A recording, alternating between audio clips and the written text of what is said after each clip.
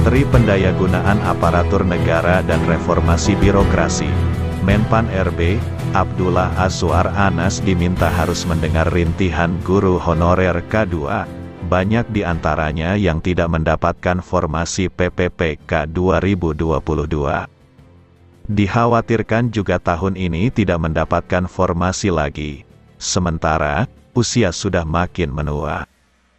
Pengurus Pusat Perkumpulan Honorer K2 Indonesia, PHK2I, Eko Mardiono menilai kebijakan pegawai pemerintah dengan perjanjian kerja, PPPK, menyengsarakan mereka.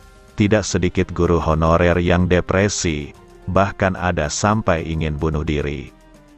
Eko mengaku sangat prihatin melihat kondisi guru honorer K2, apalagi yang mengajar bahasa Inggris di SD.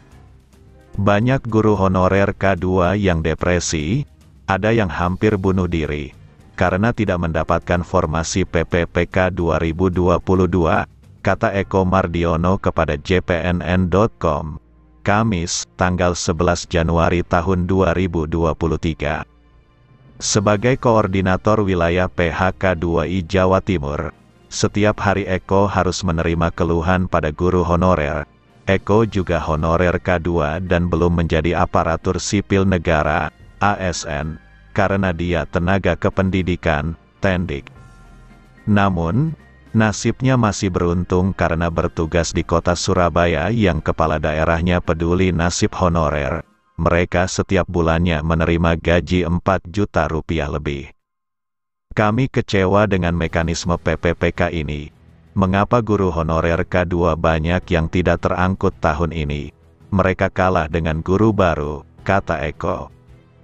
Dia menuding pemerintah kejam terhadap honorer K2, seharusnya jatahnya adalah PNS, tetapi dialihkan ke PPPK, giliran sudah menyerah menerima PPPK, begitu mendaftar malah gagal, yang bisa daftar malah tidak mendapatkan formasi PPPK. Kondisi tersebut, ujarnya, menjadi pukulan mental yang luar biasa bagi honorer K2. Menpan RB Azwar Anas dan Mendikbudristek Nadiem Makarim tolong mendengarkan rintihan guru honorer K2, terutama yang mengajar bahasa Inggris. Mereka sangat berharap bisa ikut dan diangkat sebagai ASN PPPK, terangnya. Dia mengulik seleksi CPNS 2013. Guru honorer K2 bahasa Inggris sebenarnya bisa diangkat PNS. Masalah penempatan diatur Badan Kepegawaian Daerah, BKD. Para guru honorer K2 tersebut bahkan siap kuliah lagi mengambil program studi, Prodi, Pendidikan Guru Sekolah Dasar, PGSD. Mendapat curhatan para guru honorer tersebut, Eko tidak sampai hati mendengar rintihan mereka. Mereka hanya bisa mengadu kepada saya, sementara saya tidak buat kebijakan.